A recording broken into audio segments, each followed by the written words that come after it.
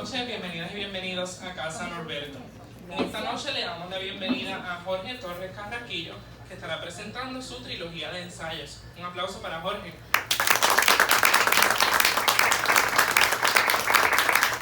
Les invitamos a que nos sigan en las redes sociales a través de Facebook, Instagram y Twitter, y las fotos y videos que tomen hoy hagan check-in como que estuvieran aquí con nosotros y utilizan el hashtag #AmamosLosLibros para que la comunidad lectora conozca de estos libros y otros más que tenemos para ofrecer. Les pedimos que por favor pongan sus celulares en modo de silencio o vibración para que no se interrumpa la actividad y la dinámica de esta presentación. Al culminar pueden conseguir los libros en la caja principal. Y sin más, esperamos que disfruten esto. Lo dejo con Evelio Ollero, que continuará la presentación. Un aplauso para Evelio.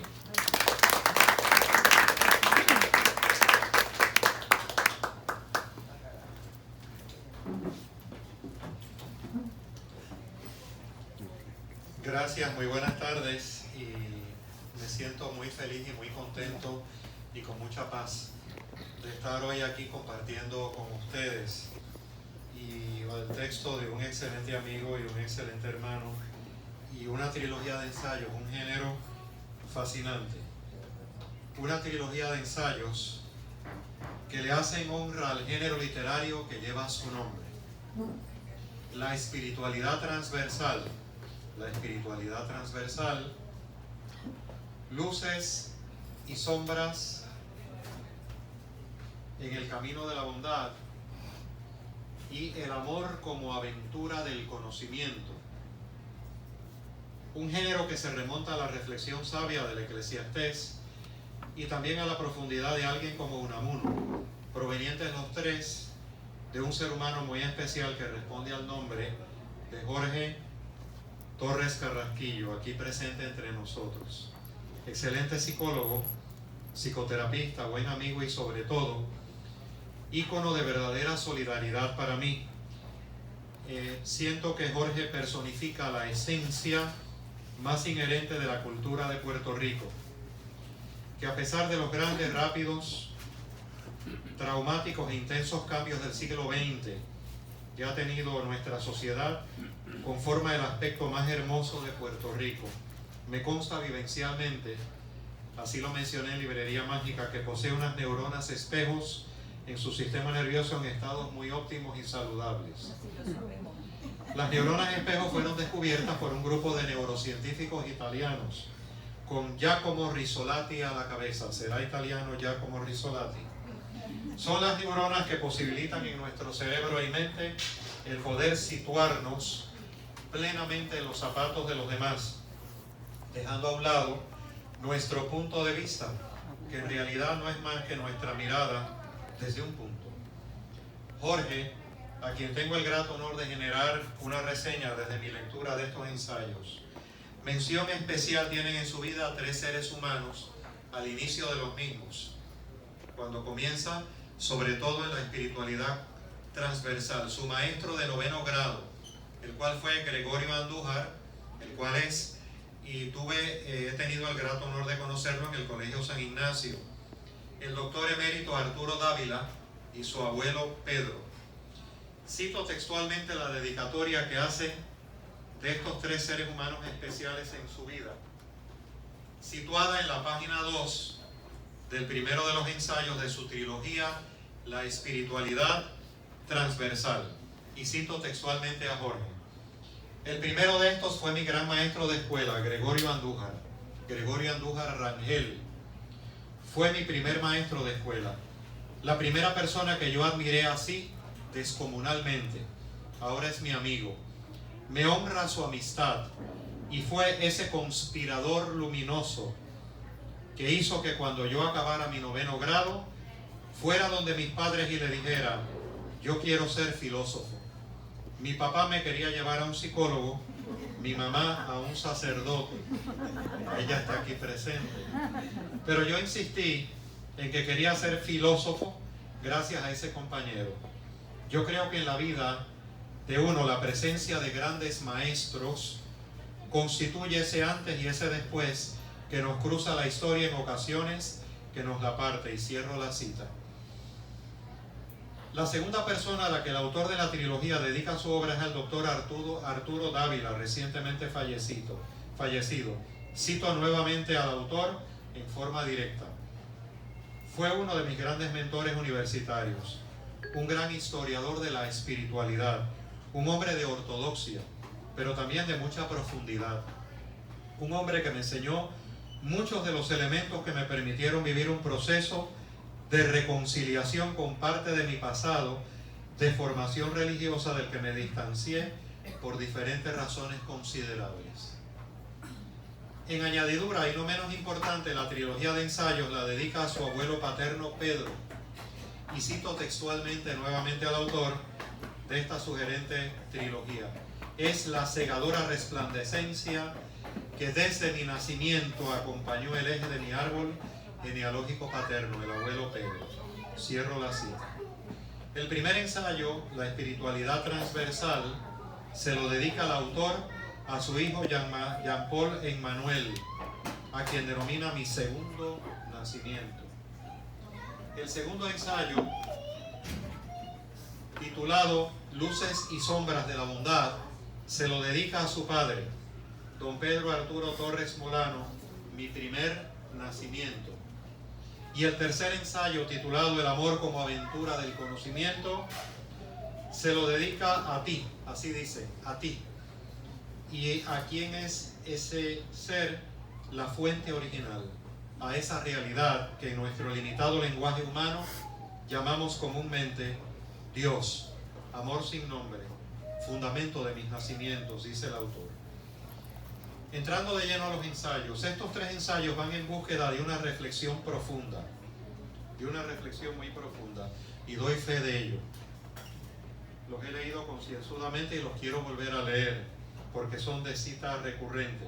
Se hacen muy pertinentes en el aquí y el ahora de nuestro momento sociocultural, donde parece que vivimos de una forma muy acelerada, rompiendo los ritmos elocuentes de la vida. La cita no es mía, es de Mónica Caballé. Hemos roto los ritmos elocuentes de la vida. Todo parece indicar que no vivimos acorde con la naturaleza. Es más, ofrece la impresión de que queremos que el verano, la primavera, el otoño y el invierno acontezcan al mismo tiempo. El tiempo humano se ha sometido desafortunadamente a la técnica, a la tecné, pero no la del arte griego de la antigüedad como imitación de la naturaleza, sino de una técnica, de una tecnociencia saturada de deshumanización. Parece que vivimos en un tiempo post-humano. Parece que vivimos en términos de que la vida parece reducirse a sobrevivir y terminar en una megatienda consumiendo. Estos tres ensayos conforman una unidad coherente y muy significativa. Doy nuevamente fe de ello, excelentes, que nos devuelven el sentido y esperanza para nuestras vidas. Partiendo del primer ensayo, la espiritualidad transversal, el primer ensayo, está presente en el mismo un proceso clave que se hace importante destacar. Y el autor lo enfatiza. Como seres humanos estamos fragmentados, tanto interna como externamente. Nos falta integralidad, que viene del vocablo íntegro, no fragmentado. De ahí la pertinencia de una espiritualidad transversal. Vivimos una vida fragmentada dentro de nosotros. En la página 12 de este primer ensayo, párrafo 3, el autor dice en forma textual las siguientes palabras, y cito: la cabeza va por un lado, el cuerpo va por el otro, el pensamiento y la razón van por otro lado, y las emociones van por otra senda. Verdadera apoteosis de la inútil fragmentación hasta de la persona en su centro, porque hasta cuando decimos la cabeza, ni siquiera deberíamos decir así, tal si fuera la cabeza entera, porque en sentido científico estricto es solamente a la corteza prefrontal de la cabeza, abstraída por artificial conceptualización del resto del todo neural y también somático del cuerpo, a lo que nos estamos refiriendo. En términos externos, el autor también plantea una fragmentación en el modo de concebir la espiritualidad en el aquí y el ahora. Existe igualmente una especie de fatal incomunicación o de categorías lingüísticas que nos cosifican, nos categorizan, nos clasifican y nos dividen. Tú eres cristiano, tú eres musulmán, yo soy hindú, tú eres ateo, tú eres existencialista. Estas clasificaciones inherentes a nuestro lenguaje nos dividen, nos separan, nos alienan, como diría el inolvidable Erich Fromm en su gran obra literaria y producción humana de la realidad y de nosotros mismos. ¿Cuál es la alternativa a tan grave situación que buscadores de un sentido de vida del siglo XIX y XX, como un George Gurdjieff, le llamó el horror de la situación? El horror de la situación se asemeja a lo que el autor describe de una forma y manera exquisita en el segundo párrafo de la página 14 en la espiritualidad transversal. Vivimos como en cubículo, como en partes, mi parte financiera, mi parte laboral, mi parte sexual y mi parte entonces espiritual. El autor nos propone una alternativa aludiendo a la geometría, y cito la página 12 del último párrafo de la espiritualidad transversal. Y aquí viene el origen del nombre, el título del nombre. Cito textualmente a Jorge: la representación de un eje que transversa, lo dice la palabra, que cruza todas las dimensiones y partes de una vida humana en la multitud intrínseca de su individualidad, contiene hacia adentro de sí y hacia la multitud intrínseca de su intersubjetividad, hacia lo interior, de lo de afuera de sí. En otras palabras, el autor nos hace una propuesta muy valiosa en este simple párrafo. Parece ser que la clave de nuestro verdadero sentido humano radica en trascender nuestra fragmentación, y esta es la propuesta del autor, por medio del humilde conocimiento de nosotros mismos.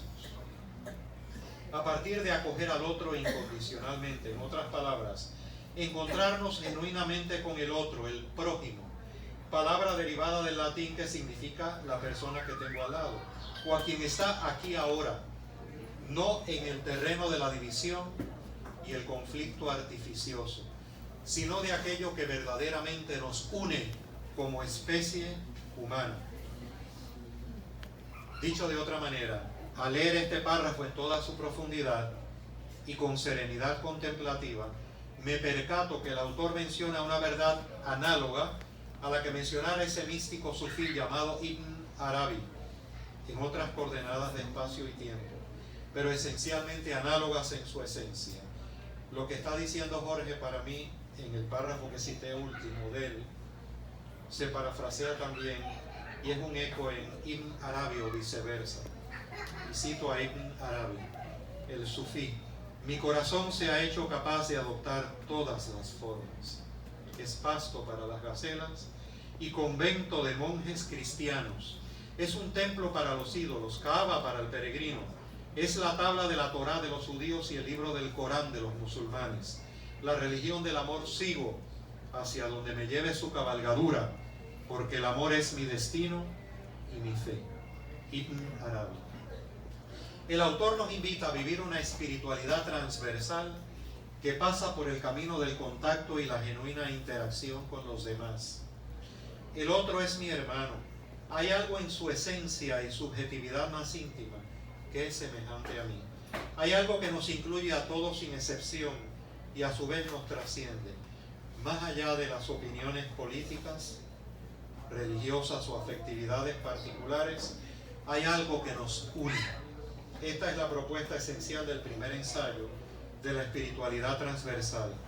Esta propuesta me recuerda a un diálogo del budismo zen del maestro espiritual con su discípulo, cuando le pregunta: maestro, ¿dónde descansa verdaderamente?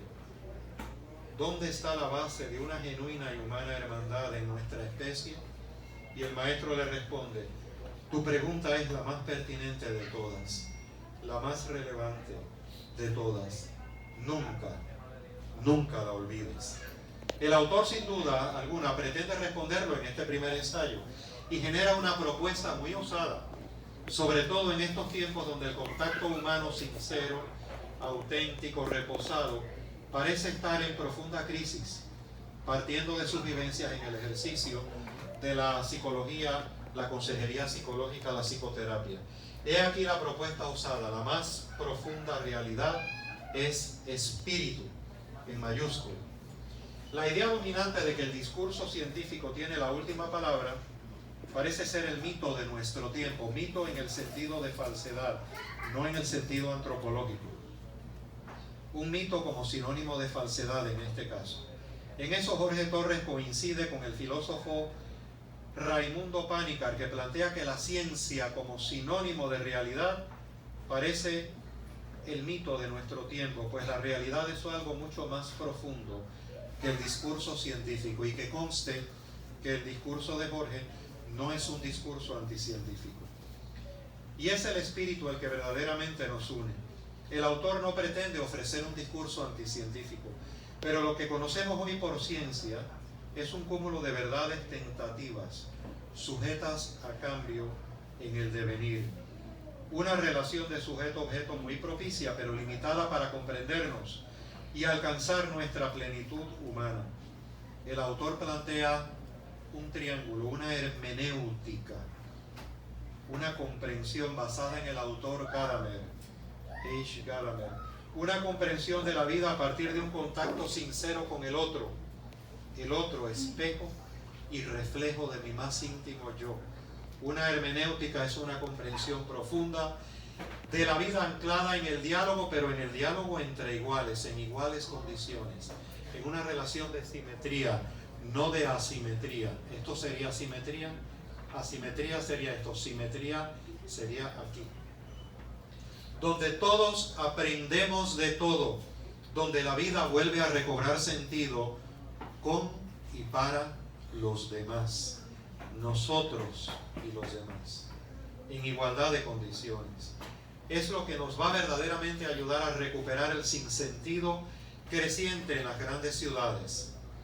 Esta propuesta hermenéutica del autor de la trilogía de ensayos llega en un momento coincidente con los planteamientos de la Organización Mundial de la Salud, donde se dice que un trastorno creciente es el de la depresión psicológica, precisamente un problema prevaleciente de la humanidad en el aquí y el ahora. En última instancia, más allá de definiciones complejas y barrocas de la academia, la depresión psicológica simple y llanamente conforma un profundo sinsentido, un vacío interior, precisamente por la falta de genuino contacto humano.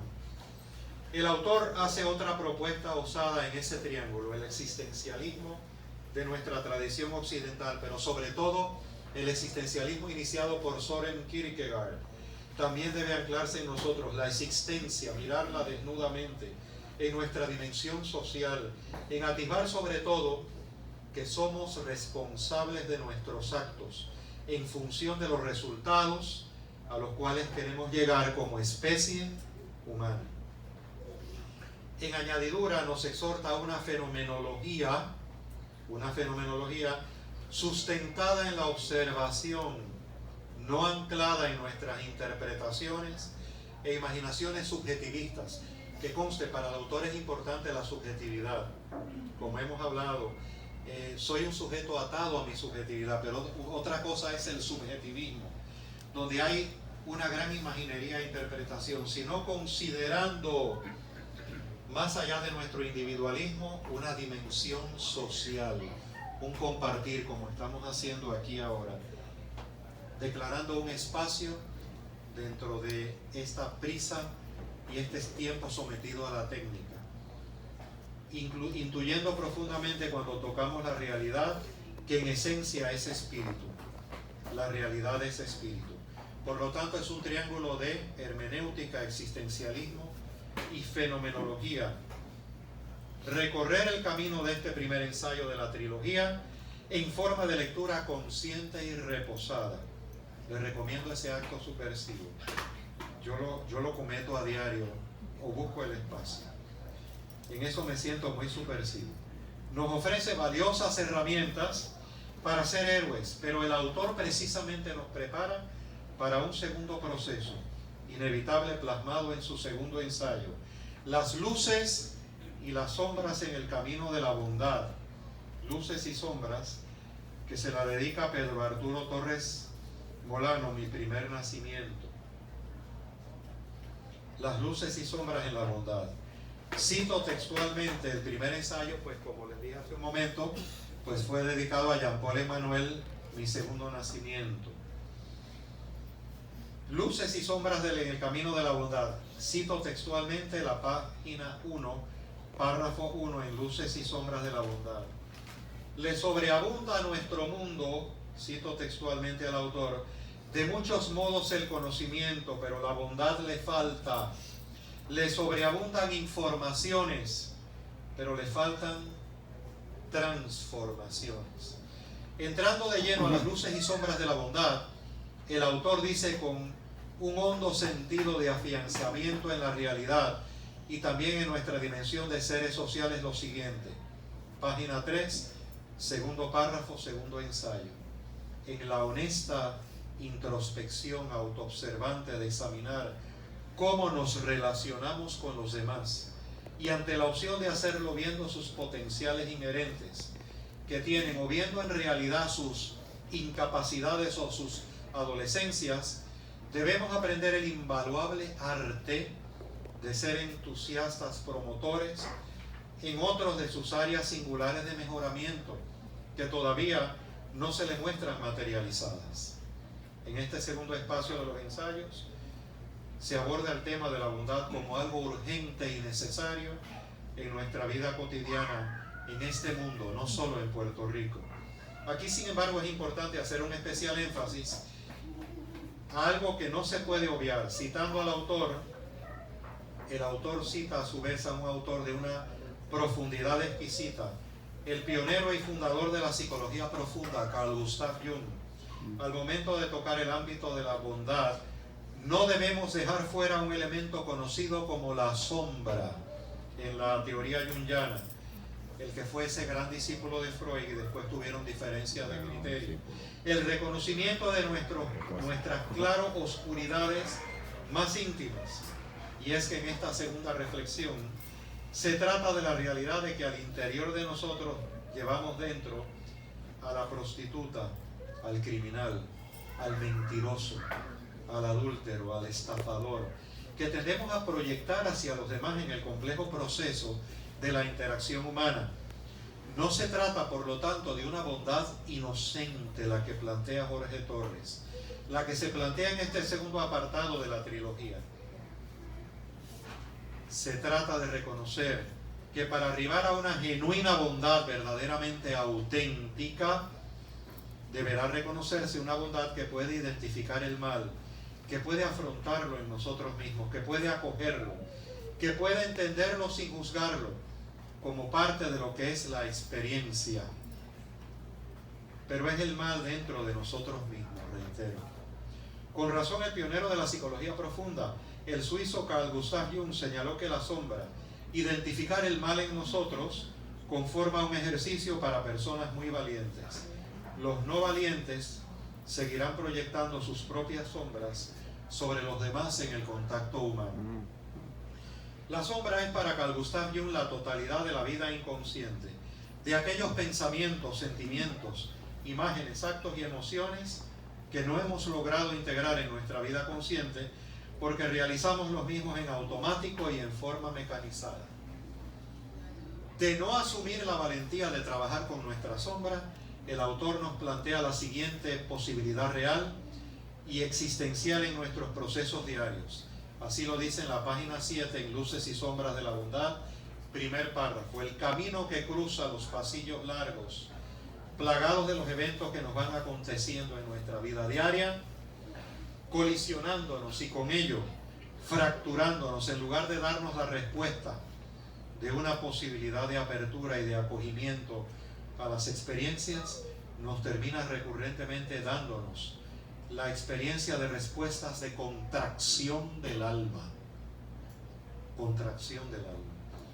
Luces y sombras sobre la bondad nos llega a decir que los fenómenos de la memoria, el factor de nuestra memoria, el factor prevalente para el recuerdo de nuestro pasado, es el estado emocional en el que yo me encuentro aquí ahora, cuando estoy precisamente inmerso en el acto de recurrir a la memoria o de recordar. Este aspecto que cita el autor me parece evocar al gran dramaturgo del teatro de Esperpento de España, Ramón del Valle Inclán, cuando solía decir: las cosas no son como son, sino como se recuerdan. En la reflexión de este segundo ensayo existe toda una serie de consideraciones medulares inherentes a nuestra realidad humana en un mundo siempre en relación con los demás. Esto va a ser una constante en los tres ensayos.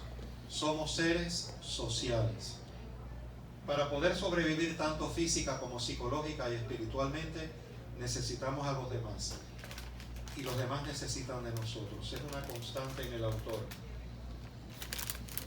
En ese ámbito específico de las emociones y los sentimientos, con una total lucidez, el autor nos da un coloquio en nuestra vida del contacto y lo individual entre el cerebro cognitivo y el cerebro emocional.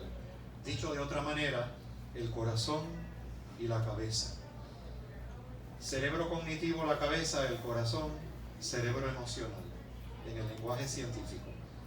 Ambos forman un binomio que conforma nuestra realidad, aspectos que convergen en el texto de ese excelente neurocientífico de origen portugués llamado Antonio Damasio, en su libro titulado El error de Descartes, que ofrezco en mis clases en la universidad. La bondad no puede ser verdadera bondad si no toma en consideración este aspecto de la sombra. Para ello hace falta la conciencia con S, conciencia. No conciencia sin S, que alude a lo adecuado, no adecuado, conforme a la moral social, donde decía un gran autor que depende de la digestión de nuestros abuelos. Tal vez en el habla inglesa parece acercarse más a su sentido íntimo por medio del vocablo awareness. Cito el segundo párrafo de la página 46. La conciencia, dice el autor, que al interior de ella misma es su propia autoobservadora en repliegues de sí misma, potencial que emerge cuando se hace la calma perfecta, la serenidad imperturbable e infinita. Cuando desaceleramos el curso de la conciencia sin intencionada coacción hasta su aquiescencia última. Hasta aquí podría parecer que el autor está solo en labores excelentes pero exclusivas de la consejería psicológica o de la psicoterapia, pero nos sorprende su reflexión cuando entra directamente a hablar de la sociedad y cultura en la cual nosotros vivimos, existimos y tenemos nuestro ser. Pero nuestro mundo es contrario a eso, dice el autor. Porque en la medida que contemplo, me puedo dar cuenta con más claridad de la diferencia entre una necesidad y un lujo, la sociedad de consumo. Y de que vivimos en un espacio donde no podemos distinguir entre un deseo y una necesidad, un lujo y una necesidad. Quien lo distinguiera sería el primero en la lista de sospechosos, de anomalías, necesitados cuando no de castigo, cuando menos de vigilancia.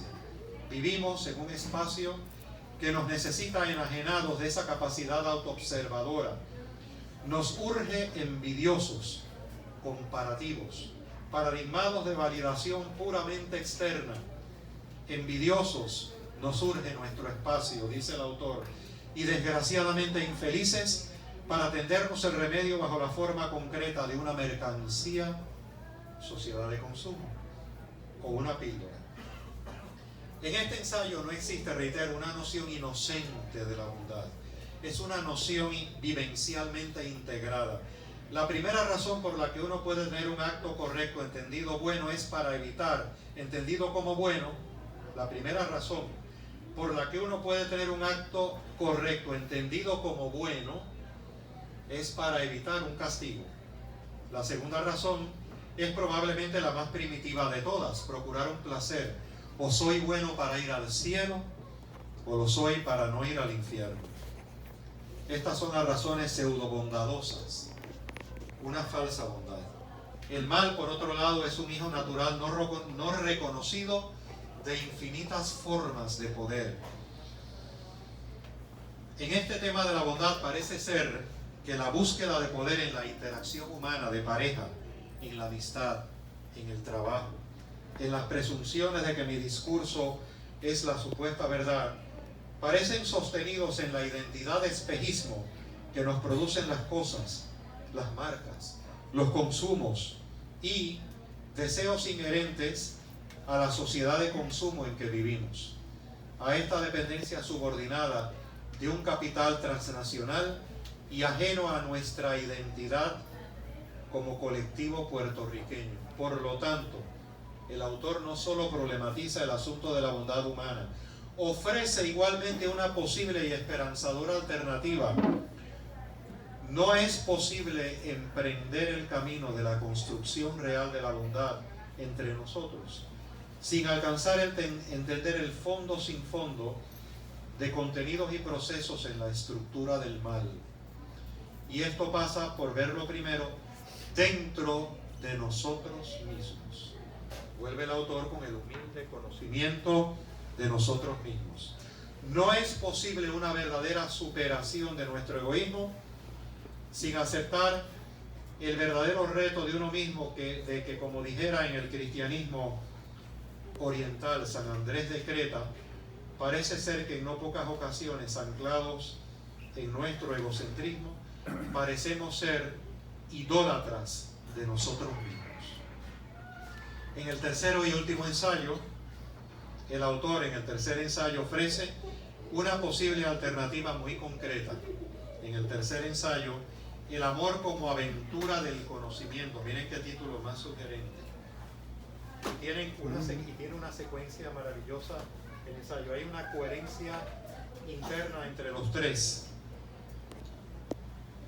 El autor en el tercer ensayo ofrece una posible alternativa. El amor es una decisión que yo tomo de trabajar activamente por la libertad del otro para escoger una mejor vida posible, aunque no me incluya.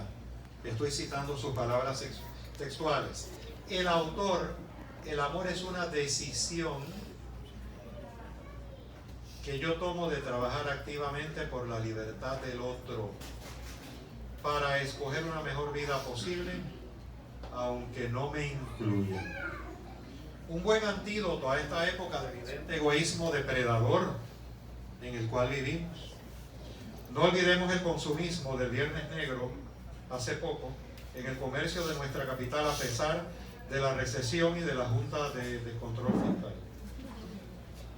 Ni el que vivimos por el inicio de las festividades y ya ahora más adentrado en las Navidades, donde se ha perdido el auténtico sentido de la Navidad.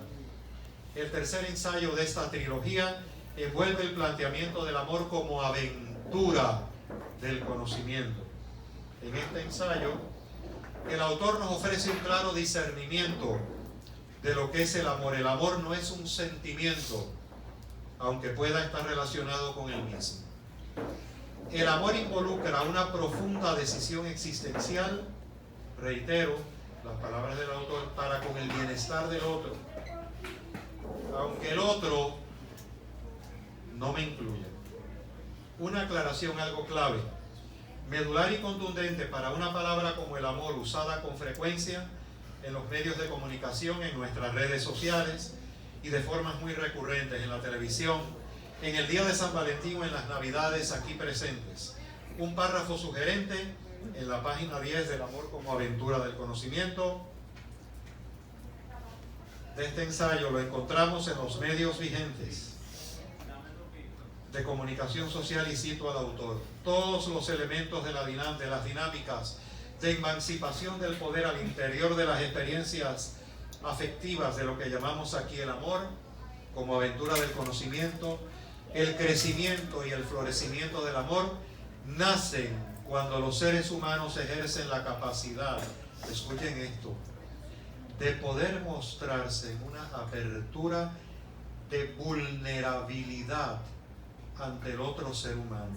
Este es un planteamiento maravilloso ante esta época que algunos filósofos le llaman una época poshumana. Nuestra vulnerabilidad.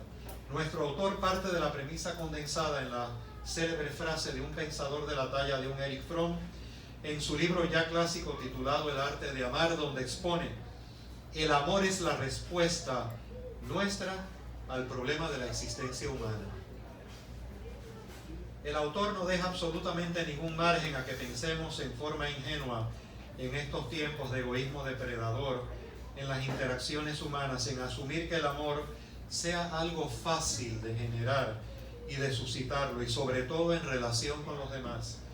Nos habla de que es necesario morir a nuestro egocentrismo para superar el gran obstáculo que nos separa del verdadero amor.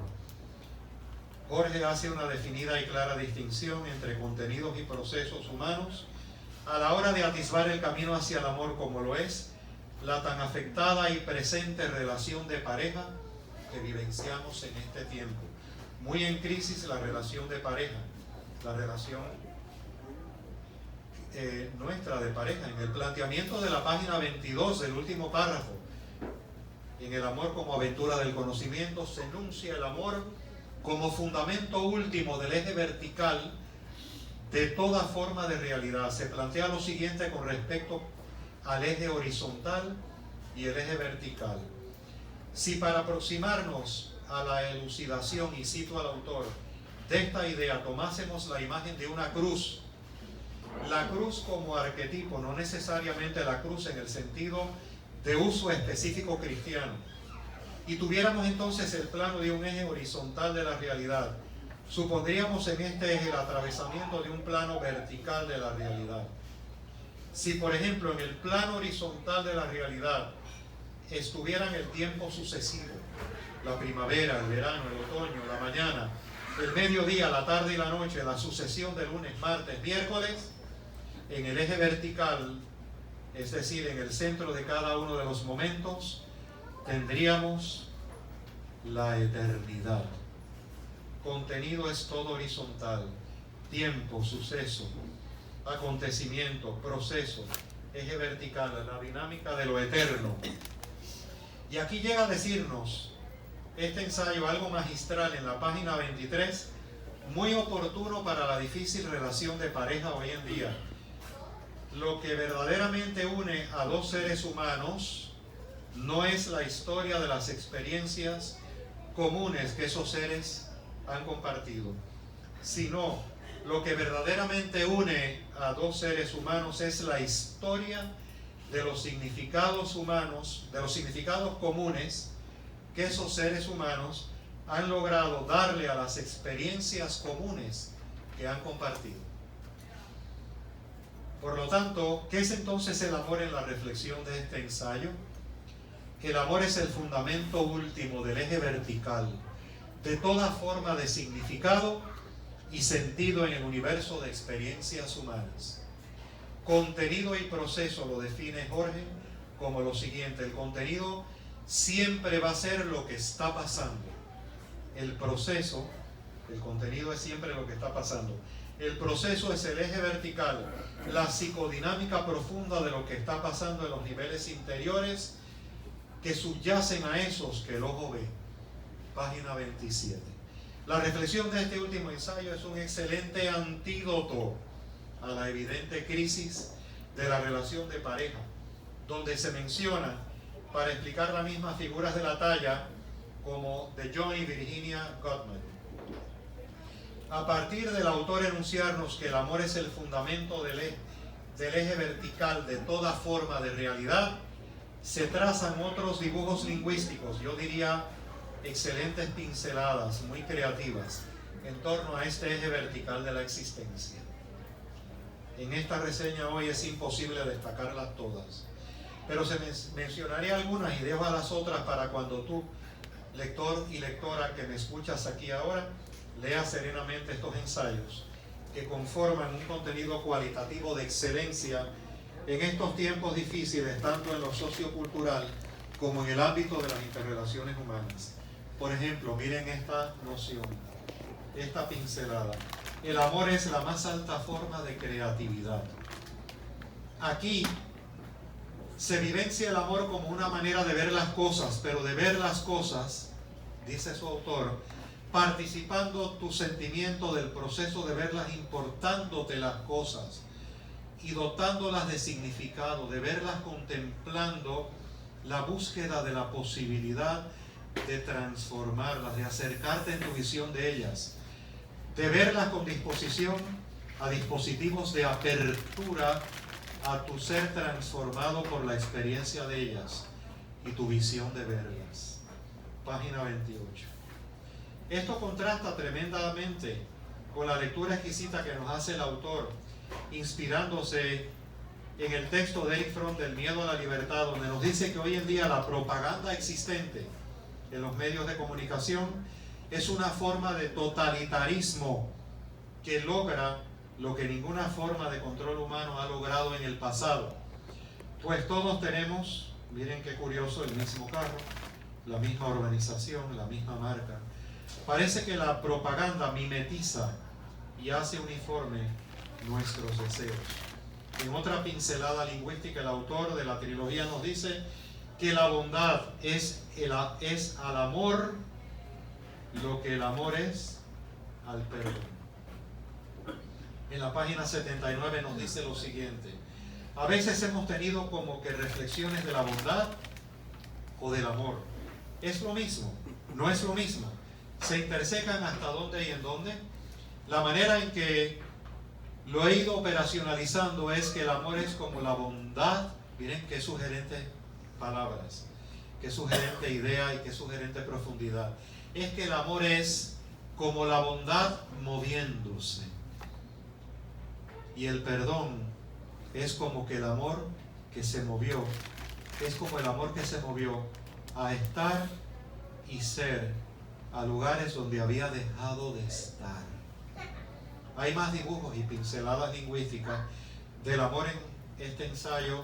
Su ensayo para mí más profundo aún, los tres son profundos, pero este es el más profundo, es la profundización de los tres ensayos, ontológico y excelente. Quiero dejar al lector y lectora, reitero que lo van a leer la posibilidad de su descubrimiento y que en la placidez subversiva y serena de una tarde en nuestro Puerto Rico, a pesar de los pesares sociales que vivimos, donde podamos simplemente leer por el gusto de leer, vayas, o como dicen en el Zen, sentado para la meditación tranquilamente, sin hacer nada. El invierno pasa y la primavera llega por sí sola. Vayas encontrando, apreciado y potencial lector y lectora, de estos ensayos algo muy significativo y profundo, algo que necesita urgentemente el aquí y el ahora. Este tiempo donde no pocos muertos se descomponen bajo la rapidez de los relojes de las ciudades, parafraseando a Federico García Lorca. Leyendo estos ensayos es volver a la vida en mayúscula, es volver a la luz dentro del tiempo. Bella metáfora de un Juan Ramón Jiménez, uno de los escritores más líricos de la lengua española del siglo XX. Es un mundo cansado de cinismos, de protocolos sistemáticos, que nos informan ya los protocolos hasta de cómo debemos morir y cuándo. Leer estos ensayos reiteradamente es como el entrar de una brisa fresca en una tarde muy calurosa de verano, intensificada por el calentamiento global actual. No dejen de leer los tres ensayos, pues juntos forman un todo coherente e integral, donde el primer ensayo es el espíritu, el segundo es literalmente el acceso a la genuina bondad, y el tercero es la belleza del amor. Y si el primero es el espíritu, pues estamos hablando de la verdad, la belleza y la bondad.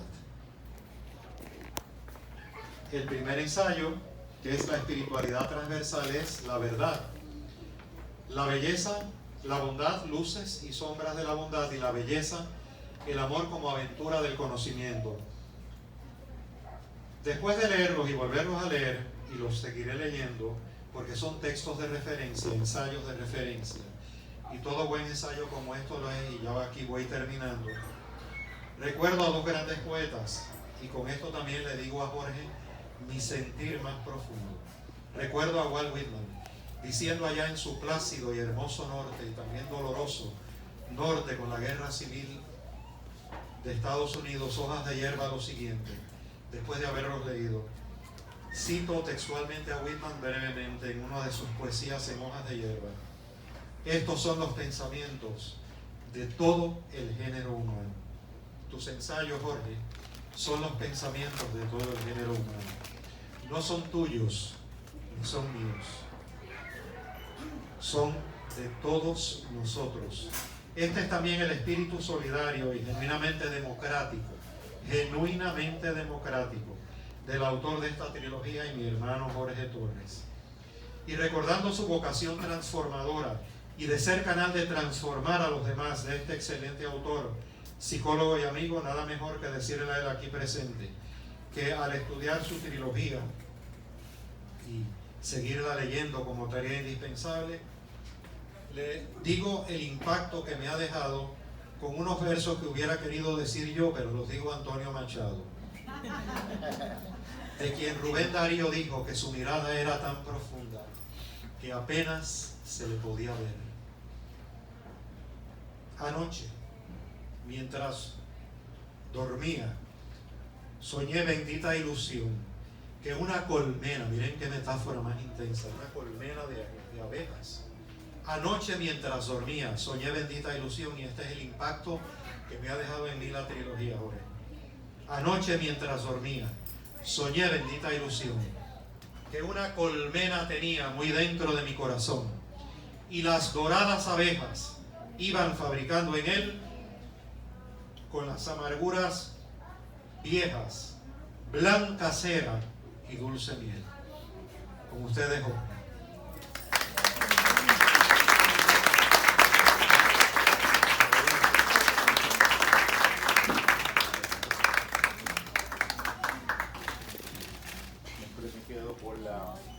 Por la alegría y la sensación, por la alegría y la sensación de que el compañero hermano Evelio ha logrado penetrar la esencia fundamental de mi trabajo. Yo creo que en un grado que rebasa incluso el de mis propias intenciones originales. Es algo bien maravilloso lo que logra un libro.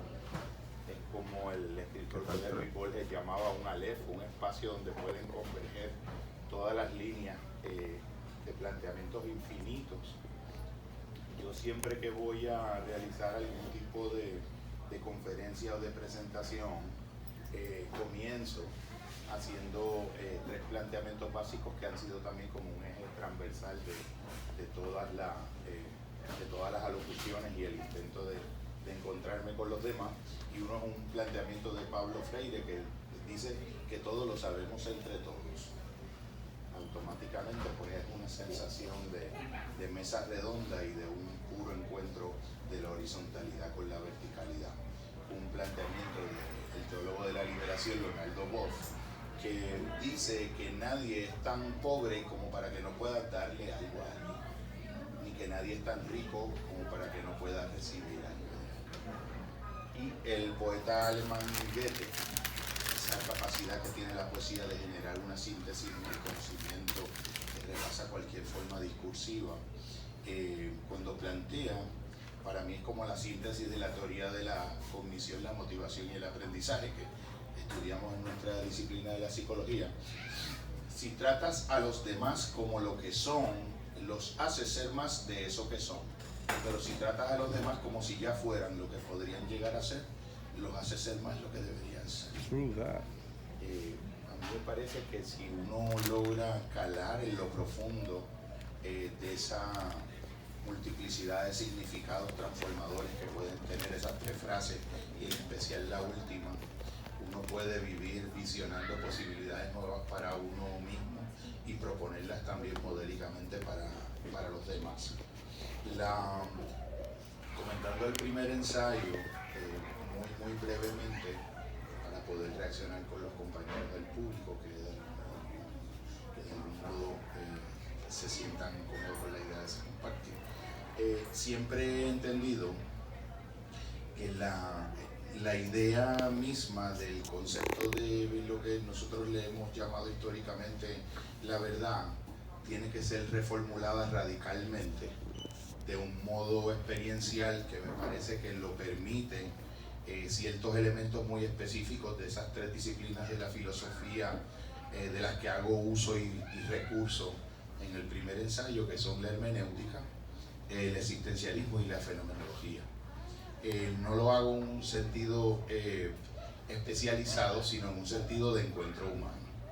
En el caso de la hermenéutica, que es una promoción activa de la cultura del diálogo para generar conocimiento, me parece que la manera en que autores como Hans-Georg Gadamer, no sé si lo pronuncié bien, de que el diálogo de algún modo es una experiencia que por lo regular nosotros estamos usando el nombre diálogo para algo que acaba siendo casi siempre más un debate y una discusión que un genuino encuentro con el otro en el diálogo. Ciertas precondiciones específicas de que se pueda dar el milagro transformador del diálogo son uno ir a la experiencia del diálogo sin la adjudicación por adelantado de la razón propia. Tan pronto uno se abre a la experiencia de un encuentro con otro ser humano, por más arraigada que estén las convicciones propias, se abre al horizonte de la posibilidad de que el que pudiera estar equivocado es uno. Comienza la aventura del diálogo. Es una experiencia para salir transformado, es una experiencia para resignificar las convicciones propias que tenemos de que la razón la ostentamos nosotros. Porque en el fondo ahí lo que utilizamos en las experiencias de la razón, cuando la hermenéutica la penetra, son racionalizaciones de dinámicas de poder y sencillamente de voluntad, de pulsión de tener la razón. En el caso de la fenomenología, es más lo imprescindible que es un ejercicio radical y profundo de suspensión por adelantado de los juicios cuando miramos la realidad y todo lo que eso nos puede proveer como una posibilidad de entrar al encuentro penetrante de la subjetividad del otro. Cuando estuve en parte de mi entrenamiento como psicólogo en un lugar que se llama el Centro Buen Pastor, la hermana Nancy, me gusta siempre citarla, porque eso me impactó enormemente, nos decía que en el antiguo libro del Éxodo había la costumbre de cuando las personas reconocían que estaban acercándose a un terreno sagrado, se descalzaban las sandalias y entraban con los pies descalzos y con la cabeza de algún modo agachada. Y nos los decía para que nunca olvidáramos en la historia de nuestro servicio a los demás que cada vez que un ser humano se permitía abrirnos lo más profundo de su interioridad, nos estaba abriendo con ello un terreno de lo sagrado y que nunca olvidásemos de entrar con los pies descalzos y con la cabeza agachada. En el caso del existencialismo es toda la enseñanza, y eso es parte de mi homenaje a Gregorio Andújar Rangel. Fue el primer profesor en quien escuché el nombre de Soren Kierkegaard, un pensador del siglo XIX, que me inspiró en un momento dado a poder, en una dedicatoria que le hice a un amigo que estaba haciendo unos entrenamientos de iniciación a unas religiones afrocaribeñas, le había sido muy buena la persona conmigo y yo le había regalado un álbum fotográfico de su religión particular, y entonces le dije en la dedicatoria que en ese momento en el que él estaba tomando la decisión de adentrarse en el espacio de lo sagrado, estaba decidiendo con ello adentrarse en un espacio donde la verdad siempre a partir de ahí iba a depender más de la autenticidad de quien busca que de la objetividad de lo buscado. Yo dejé de ver la persona, me la encontré como 15 o 18 años después y me dijo que todavía 18 años después estaba reflexionando la dedicatoria. Había sido algo de más arraigo para su búsqueda que el álbum de fotografía antropológica. Esa manera de fundamentar la verdad como un encuentro experiencial con el otro ser humano, entendiendo al otro como la mejor parte de uno mismo, en el centro de uno mismo, la pueden proveer esas herramientas y formas de ser y de estar en el mundo que vienen de estas disciplinas de las que somos deudores. En el segundo ensayo, Luces y sombras en los caminos de la bondad, en específico partía por el 80% de los casos que de algún modo yo trabajo en un contexto terapéutico siempre están transversados de algún elemento, de alguna dificultad, de algún reto de una relación con otro ser humano. Y dentro de esos retos también están las construcciones religiosas que nos hacemos, que facilitan la sanidad de esos vínculos o de algún modo los entorpecen. Está la idea que la mencionaba Matilde en una conferencia que dimos hace varios años, que estuvo también el poeta Eric Landrón, Las luces y las sombras en los caminos de la bondad, la idea de la dote. Es una idea que nos puede hacer pensar cosas como que cuando dos seres humanos nos encontramos y nos unimos, nos encontramos 4 seres humanos cuando mínimo. La persona que yo soy, la persona que yo creo que tú eres, la persona que tú crees que yo soy y la persona que tú eres. En el camino se tienen que quedar 2 fuera de esa ecuación y 2 dentro de la ecuación. Si los 2 que nos quedamos al final somos quienes nosotros somos en nosotros mismos, la relación pues de algún modo es fértil y hay una aventura de crecimiento. En el caso en donde eso no ocurre, pues es un elemento fallido. Yo siempre digo, en un sentido de invitación a la reflexión, que si la idea que del amor tú te vas a hacer para intentar vivirla en el contexto de pareja es la de la epístola de San Pablo a los Corintios, pues estás incompleto en la experiencia, porque San Pablo no era un terapista de pareja, y ese elemento le añade una profundidad observacional a la dinámica del amor cuando se da en contextos de pareja. Y lo decíamos, había hecho la compañera una reflexión de todas las ideas de bondad que cuando uno tiene un origen de formación religiosa, las mujeres construyen dentro de ellas de lo que es una mujer virtuosa y bondadosa, y todas las ideas en error que de algún modo están implícitas en esa formación de construcción religiosa, que de algún modo tienden a veces al desempoderamiento y a llamarle virtud a la disposición a hacer concesiones de elementos que en la dignidad básica de una persona no debieran ser negociables. Entonces, uno de los puntos básicos que se plantean en eso es la reciprocidad. En todas las dinámicas humanas, en términos generales, pues en una madre con un hijo puede ser incondicional hasta el punto en que la finitud humana lo permite, por la propia condición asimétrica del vínculo, pero en las condiciones de vínculo asimétricos, como son el de pareja, la reciprocidad es esencial.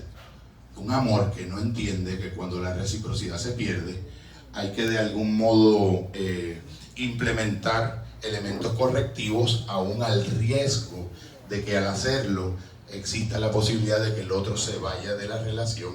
Es la medida del caudal de la reserva de amor propio que yo tengo en una idea de la bondad que incluye un amor que comienza conmigo mismo. Como decía el compañero pintor José Velázquez, yo quiero que todo el mundo sea feliz empezando por mí. Es un punto de partida que puede parecer inicialmente, si lo ves de un plano superficial, un elemento de egoísmo, pero es un punto de partida desde una idea sana del yo que puede autocuidarse, y a partir de ese autocuido se hace extensivo a los demás. La idea, cuando se mencionaba, por ejemplo, que amar es una decisión consciente que yo tomo de trabajar activamente por la libertad de la otra persona para hacer su mejor vida posible, aunque no me incluya, es una idea de Jorge Bucay, el autor, el colega psicoterapeuta argentino, que yo creo que estaba mencionado en el libro.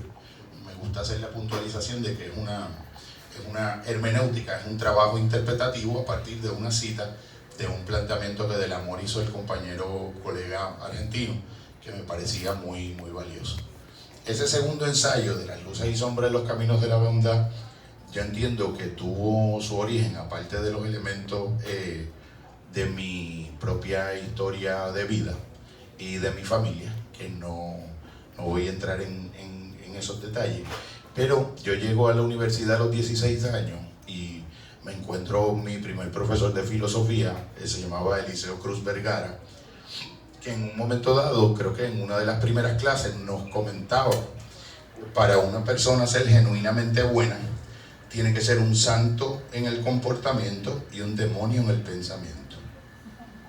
Entonces, de algún modo a mí me sacudió las entrañas hasta el día de hoy, y la idea presumía la construcción de un sentido auténtico, de una bondad que no enmascara una ingenuidad, una bondad que sabe tener posicionamientos políticos, una bondad que sabe analizar de un modo con una mirada lúcida las luces y sombras de las propias sociedades en las que nosotros vivimos y que nos han construido una idea del éxito que no es nuestra, una idea del dinero que no es nuestra, una idea de lo que es la felicidad, que se parece más a, como decía el compañero Eric Landrón, una sociedad que ha hecho del egoísmo una virtud, de la avaricia una misión de vida, de la competencia la convivencia y de la euforia la felicidad. Pues si tú tienes ya de algún modo una estructura tan refinada para decirte por adelantado las ideas que tú vas a tener de lo que es verdadero en tu mente, ni siquiera te has dado la oportunidad de preguntarte cómo eso llegó a tu mente. Hay una historia detrás de que esa idea que tú crees que es tuya dentro de tu mente, que nunca te has dado la oportunidad de revisarla. Son de algún modo llevar planteamientos de cómo la historia del pensamiento filosófico ha entendido a nivel de la cultura, pero llevarlo al contexto del individuo. Cómo se forma una idea en mi mente, cómo yo aprendí que ser hombre es lo que yo he vivido creyendo que es ser hombre, o ser feliz es lo que yo he vivido creyendo que es ser feliz. Esa idea verdaderamente es mía. Yo me he dado la oportunidad de revisar cómo llegó a mi cabeza, cómo se construyó la convicción de que eso era de esa manera, y me he negado por todos los medios posibles de abrirme a las posibilidades de ver que pudiera ser de otro modo. Son exploraciones de esa índole, porque las personas más felices consumen menos, y eso está ya completamente investigado a nivel del cerebro. Los actos de consumo en el fondo son euforias cerebrales que no tienen que ver con la verdadera vida de propósito y de sentido que la da la reflexión sosegada de la que hablaba el compañero Evelio.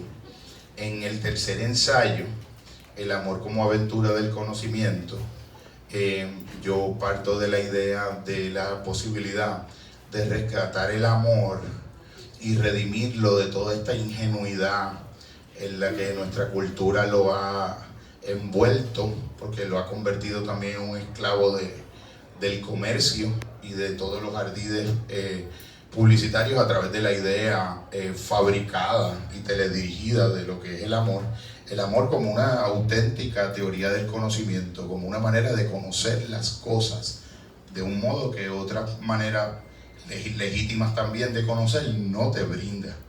Es un modo mucho más participante de la realidad de lo conocido, cuando lo conocido, aparte de estar siendo conocido, también se ama en el proceso de conocerlo.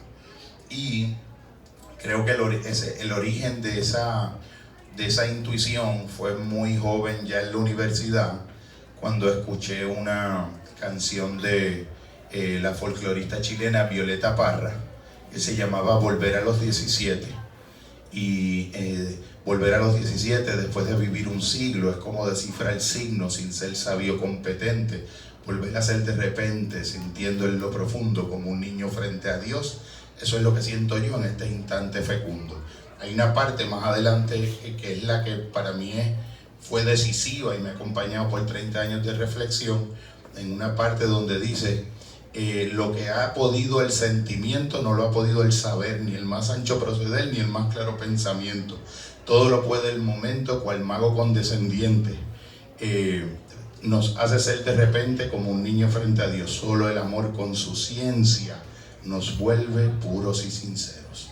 Solo el amor con su ciencia. Amor, ciencia. Amor, posibilidad de conocer a través de la experiencia del amor. Esa canción maravillosa me parece que fue como la semilla originaria de lo que ha sido pues esta última propuesta que cierra el ciclo de reflexión de esta trilogía. Y entonces cierro, mira qué maravilloso es la vida y va siguiendo sus senderos el espíritu, como decía John Lennon, la vida es lo que ocurre mientras yo estoy haciendo otros planes de ir hacia algún otro lado. El libro cierra con un planteamiento también de los indígenas mapuche, que son unos individuos espectaculares y maravillosos cuando uno se adentra a estudiarlo, porque en un momento dado, dentro de todas las el resto de las comunidades indígenas, ellos vivían preguntándose cuál era la particular singularidad que tenían ellos como grupo, porque los incas habían hecho sus grandes edificaciones, los mayas habían hecho las pirámides, los otros grupos indígenas habían hecho las navegaciones transoceánicas por el Océano Pacífico, otros habían trabajado la orfebrería, y entonces ellos como que hacían esta autorreflexión de decir, pero es que nosotros no nos hemos objetivado de algún modo en algo físico, en donde podamos ver el sello distintivo de nosotros, que es lo distintivo nuestro. Y se lo llegaron a contestar diciendo, el sello distintivo nuestro es que nosotros hemos construido unas formas de lenguaje que permiten que cada uno de los miembros de nuestro grupo se haga sabio y alcance la plenitud de su potencial humano. Esa es la verdadera aportación que nosotros como grupo mapuche le damos a la humanidad y nuestro contraste con el resto de los grupos humanos. No es en el trabajo con la piedra, no es en el trabajo con la orfebrería, es que nosotros somos una cultura que construye un tipo de ser humano que alcanza la plenitud de él mismo. La idea del amor, por ejemplo, ellos tenían pequeñas frases que eran casi párrafos completos, condensados, más condensados que en el pensamiento alemán las palabras. Amar, por ejemplo, traducí en español, amar es la capacidad que yo tengo y cuando yo alcanzo al mirar al otro a los ojos, poder ver el amanecer en sus ojos. Cuando yo miro al otro a los ojos y puedo ver el amanecer en la mirada del otro saliendo como un destello de luz desde el centro del otro, por el ojo hacia afuera, yo estoy en la dimensión del amor. Eso eran los maravillosos mapuches, los compañeros con los que yo cierro la reflexión final del ensayo. Gracias por estar aquí. Me parece que esto es el comienzo de un intento, de un proyecto cultural de proponer desde una psicoespiritualidad cosas o cubrir aspectos que quedan a veces un poco descubiertos en los grupos confesionales religiosos o incluso en los espacios tradicionales y académicos de la propia psicología. Son unas dimensiones de lo humano que de algún modo las instituciones no las están representando adecuadamente. Esto es un intento de crear una especie de proyecto alterno de planteamiento de significados distintos de los que son discursos oficiales de lo que es la idea de la verdad y las gestas del pensamiento. Gracias.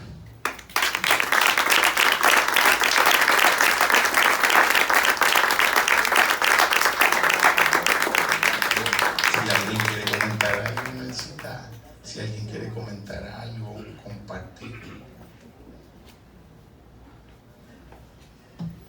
No sé ni lo que quiero compartir. Estamos bien, es un buen punto de partida.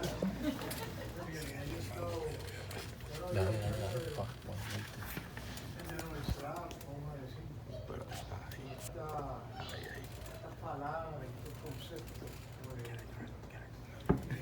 ese modo de autoayuda, automejoramiento, este coaching, y esto les hace falta, ¿no? Hace falta esa profundidad, que podamos entender, ¿verdad?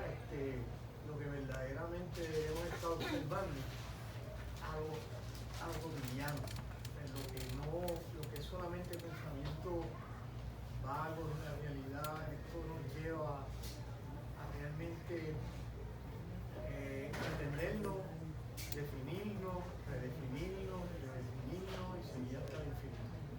aterrizarlo. Nosotros le llamamos, gracias hermano por la observación, nosotros le llamamos en la psicología operacionalizar la variable. Algo tan de sentido común, pero tan imprescindible como nosotros hacer un mínimo esfuerzo para cerciorarnos de que cuando nosotros estamos usando unas palabras en un proceso de comunicación con otra persona, nos estamos refiriendo a las mismas cosas cuando estamos usando las mismas palabras. Cuando alguien está mirando a otro de frente y le dice te amo, y la otra persona le contesta yo también te amo, están diciendo lo mismo porque están usando las mismas palabras. Los niveles interiores de los significados que subyacen a la experiencia de lo que se dice son los mismos porque las palabras que se usan al decirlo son las mismas. Yo creo que son inquietudes en ese sentido. Es un esfuerzo de esa idea que a mí me parece que casi yo la he sentido como revelada, de que lo que verdaderamente une a los seres humanos no es la historia de las experiencias comunes que comparten, sino la historia de los significados comunes que alcanzan a darle a esas experiencias comunes que comparten. Hay gente que viven uno al lado del otro y están a 1000 kilómetros de distancia. Y yo siento a mi hijo en el centro de mi alma conmigo en este momento, aunque está en otro lugar. Buenas noches. Y gracias. El curso habla de la relación especial y la relación santa, que son terminologías que coge prestado para representar esa incondicionalidad absoluta que en lo más profundo de mí, en lo más íntimo de mi ser, yo sé que es cierto, que en la medida en que yo le desee la salvación al otro absolutamente, sin un pizca de reserva, genuina y absolutamente, desearle el bien al otro, desearle la salvación al otro, que al final del día es lo mejor que puedo hacer por él. Entonces te pregunto, ¿cómo yo escapo la paradoja del interés personal? Yo pienso que alguien que lo articuló de una mejor manera de lo que pudiera incluso articularlo yo fue Facundo Cabral, que fue un gran maestro, y él decía que si los malos supieran el buen negocio que es el bueno, sería bueno que fuera por negocio. La bondad en sí misma es algo que siempre te va a incluir. Epicteto decía en la antigüedad que el nivel más elevado del pensamiento es cuando el ser humano reconoce que la virtud es su propia recompensa y el vicio es su propio castigo. No te estás moviendo ya en un terreno de reducción instrumental donde las cosas se hacen como medios para otro fin. Ni siquiera meditar para alcanzar nada tampoco.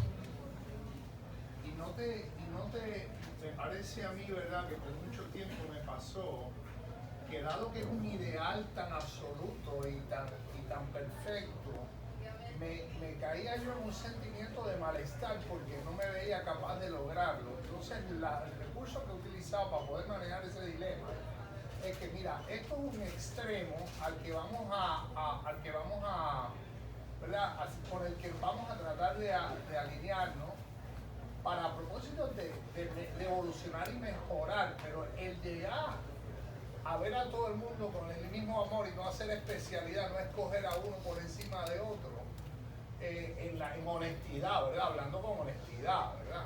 Porque si yo te puedo dar yo te puedo hacer una explicación preciosa, pero al final del día, ¿no?, esta especialidad que le asignamos a una persona por encima al otro y esta mirar a todo el mundo con el mismo amor en los ojos, puede ser bastante frustrante porque tú sabes, no es lo mismo, a la hora de los mameyes no es lo mismo, tú sabes. Yo creo que es como si fueran es como dos niveles. En algunos budismos, por ejemplo, se habla de una percepción de una realidad relativa, de una percepción de una realidad absoluta. De algún modo hay manifestaciones en el fondo esencial de cada ser humano que no están sujetas a las a las relatividades y las parcialidades de su propia subjetividad individual. Lo que pasa es que de algún modo uno vive perdida la conexión con eso que siempre está ahí.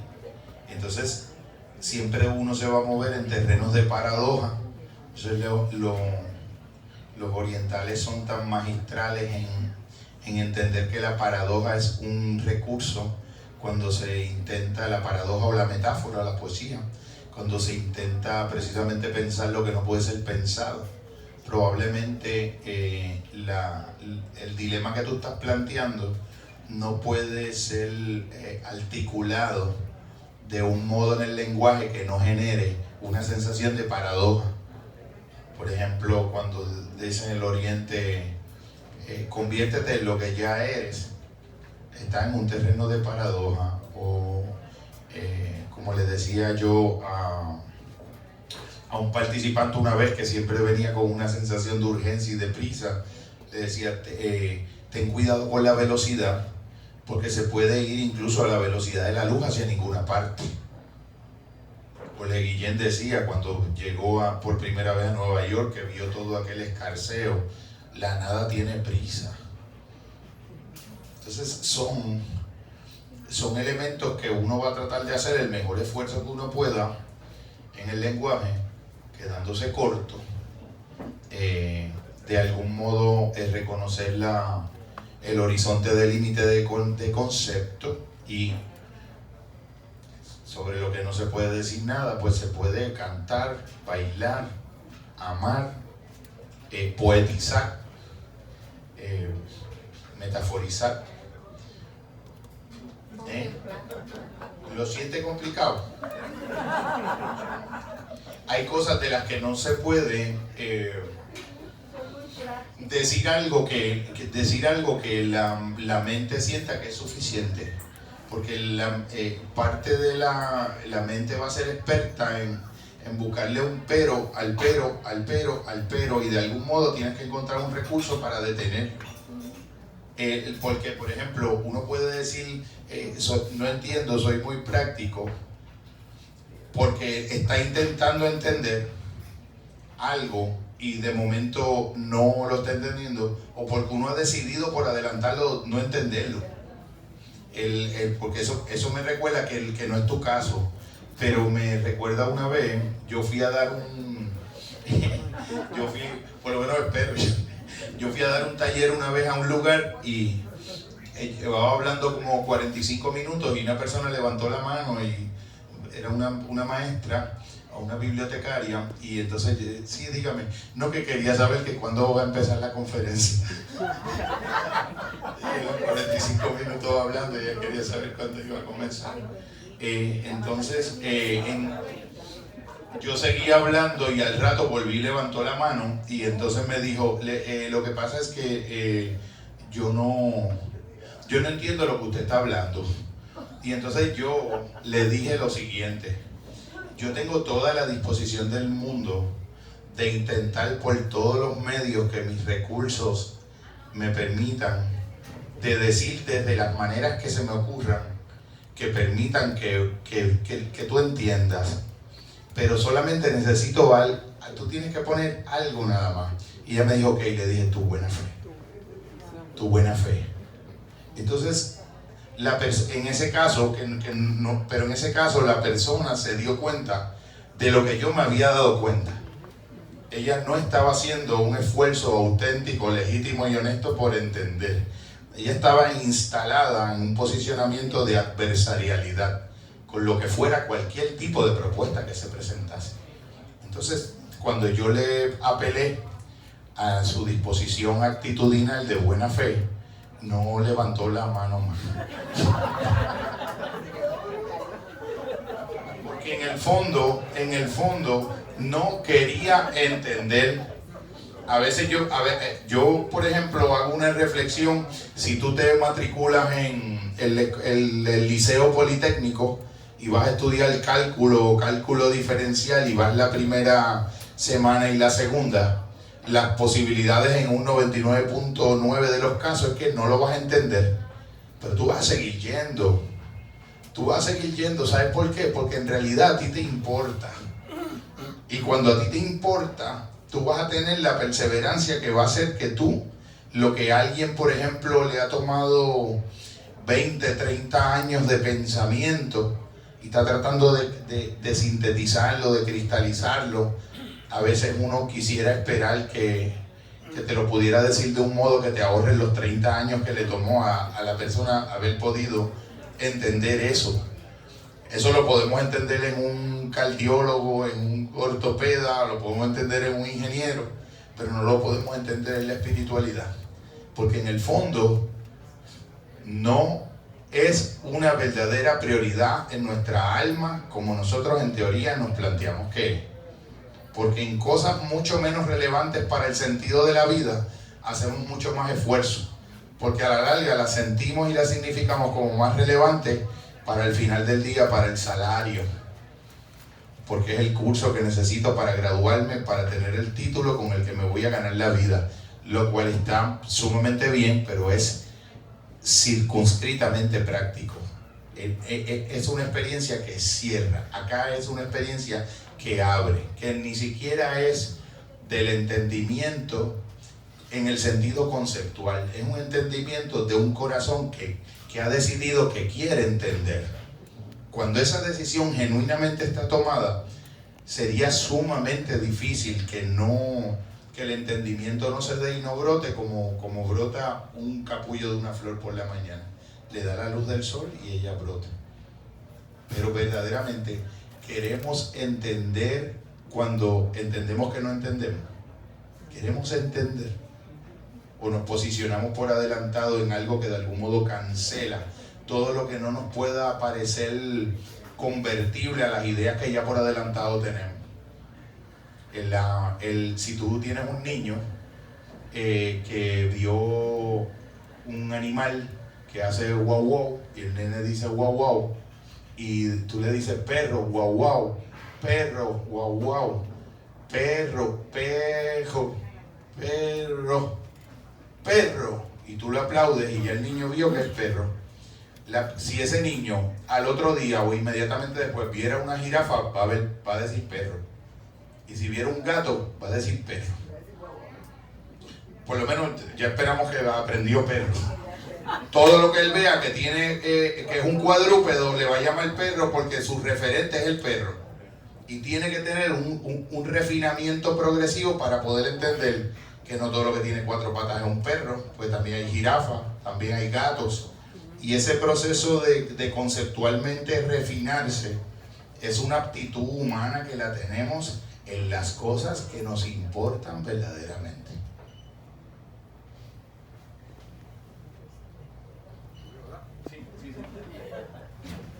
Ok, voy a tratar de concentrarme e ir lo más directo al asunto que me concierne a mi colega. Es una actitud de agradecimiento. Me siento importante y todo. Tengo un amigo que hace libros. Pero por sobre todas las cosas tengo un amigo. Yo estoy teniendo una fabulosa experiencia de ver cómo, ¿verdad? Como una persona se convierte en un artífice de lo que nosotros, amigos, participantes, le traemos, ¿verdad? Se lo traemos a la mesa para que él, pues con sus habilidades, sus estudios, lo que sabe, pero sobre todo con la calidad de identidad que tiene para, bueno, casi incurrir en una inclusión total. O sea, él se sumerge en tu situación de una forma que tú dices, oh, este tipo pasó por aquí también.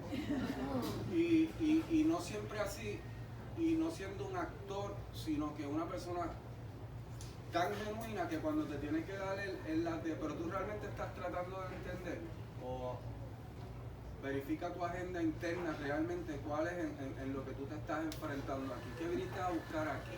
¿Estás buscando? ¿Estás buscando adentro para empezar con algo? ¿O viniste a que te dijera lo que vas a hacer cuando seas grande? ¿Cuál es el trabajo que verdaderamente estamos buscando? Por lo que yo alcanzo a entender que él está buscando. Yo no soy el mejor lector del mundo.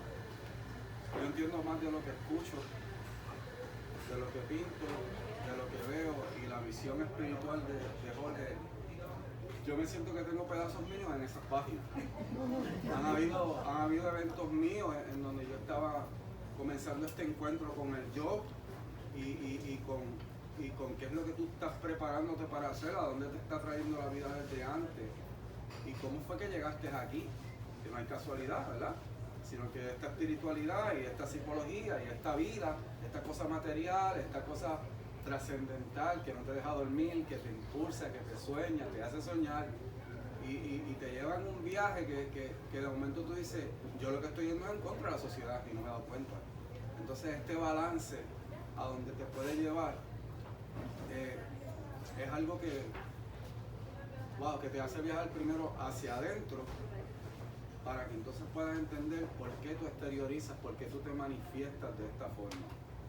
Y en esta forma yo, de muchas formas, antes llamaba con unas crisis y ahora llamo con unos compartir y de momento chocamos y estamos leyendo las mismas cosas y yo digo, oye, qué pequeño es el rango de una persona que no tiene a uno que tiene a la vez hambre de encontrar, a uno que ya ha ido y ha alcanzado tanto y te lo va soltando así, ¿verdad? De un racimo, una uvita a la vez para que no te ahogue, pero saboreala bien, entiéndela. De ahí sale de todo, de ahí sale de todo, de eso que te estoy dando. ¿Tienes dudas? Vuelve. Pero es eso lo que demanda esta lectura, ese entendimiento, esa filosofía de vida, felicidades. Para mí ha sido la gran cosa conocerte. Y esto es algo brutal. Yo espero que no sean esos tres, que nos inunden de todo esto y que podamos seguir celebrando aquí en muchos otros sitios, en foros más grandes, donde más gente pueda ser impactada principalmente por la realidad que anda buscando dentro de sí, por la que tiene que encontrar y lo que ha decidido alcanzar.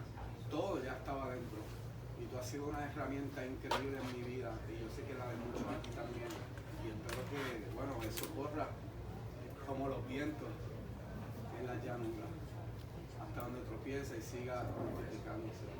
Yo te deseo todo lo mejor, Jorge, muchísimas bendiciones. Gracias por invitarme aquí. Para mí ha sido un honor aguantar del teléfono por una hora. Tengo un lobo aquí, me debe un quiropráctico.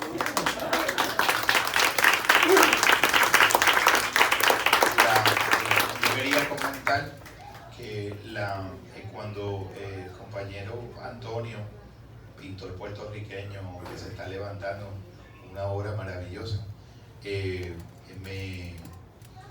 me hace las expresiones que me hace, yo siento que de algún modo también él está hablando de él mismo, que de algún modo también es un elemento que está presente en el propio curso de Milagros, que cuando tú quieras aprender algo, enséñalo.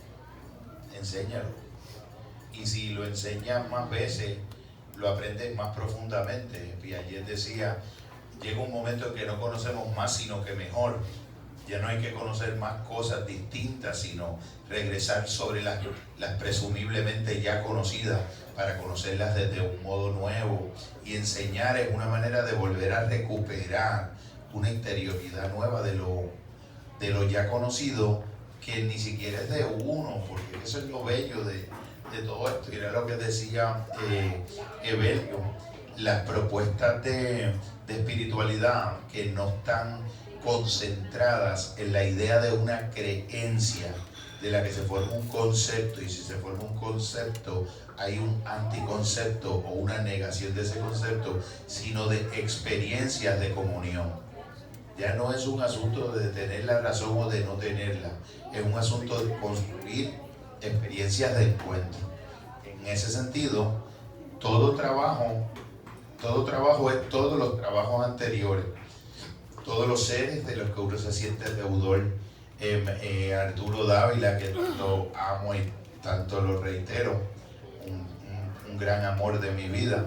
El profesor Gregorio Andújar, un verdadero personaje. Aquí hay compañeros que pueden dar fe de la grandeza de ese maestro que nos dejó unas inquietudes, y nosotros no es que pues nosotros hablamos de Gregorio y es como una leyenda en nuestras vidas, porque nosotros éramos como unos niños deslumbrados con con este ser que nos abrió esos horizontes.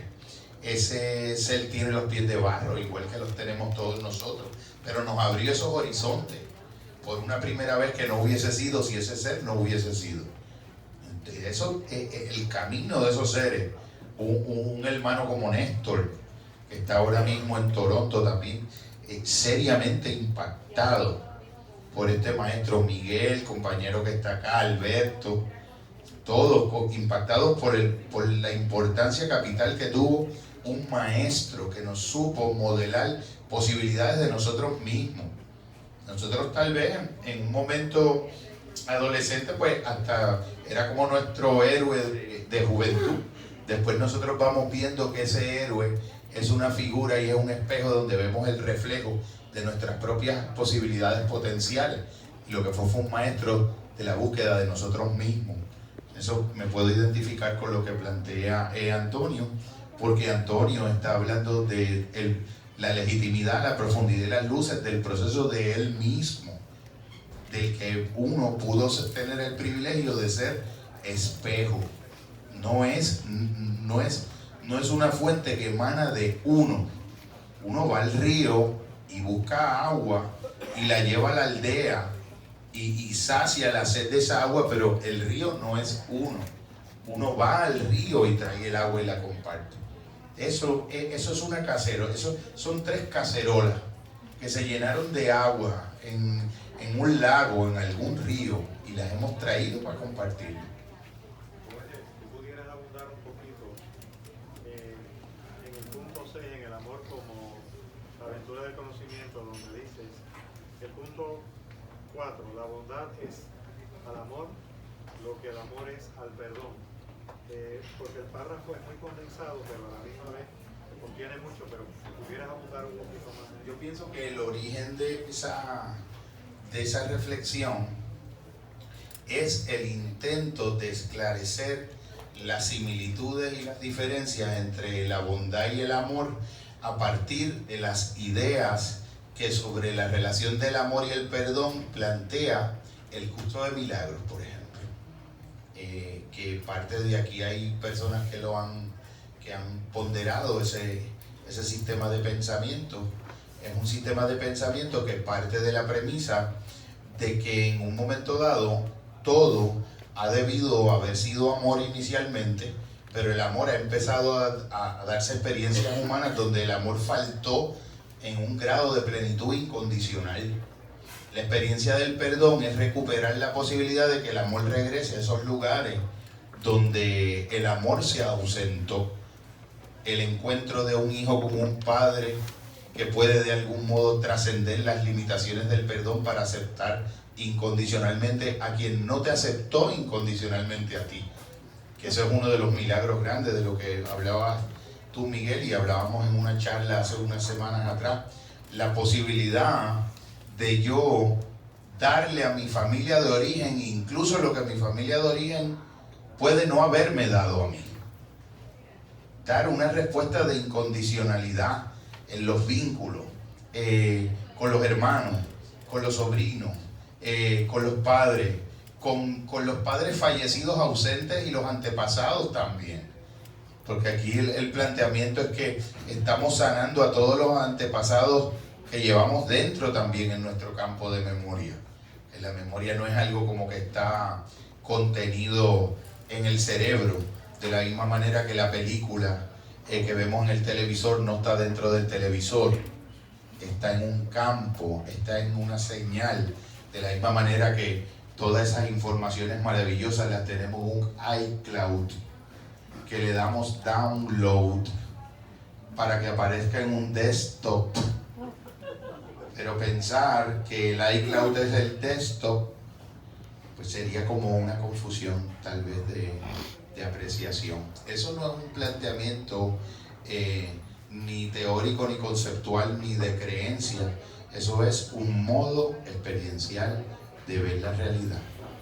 Para que la idea que uno tiene de que uno es solamente el límite de su propio cuerpo y uno es un yo metido de la piel para adentro, se pueda relajar, suavizar, como dicen en el mundo de los jóvenes, relájate y coopera O uno le tiene que decir a su propio yo en unos momentos dados, relájate y coopera, para poder ver que está hecho de muchas más cosas que él mismo.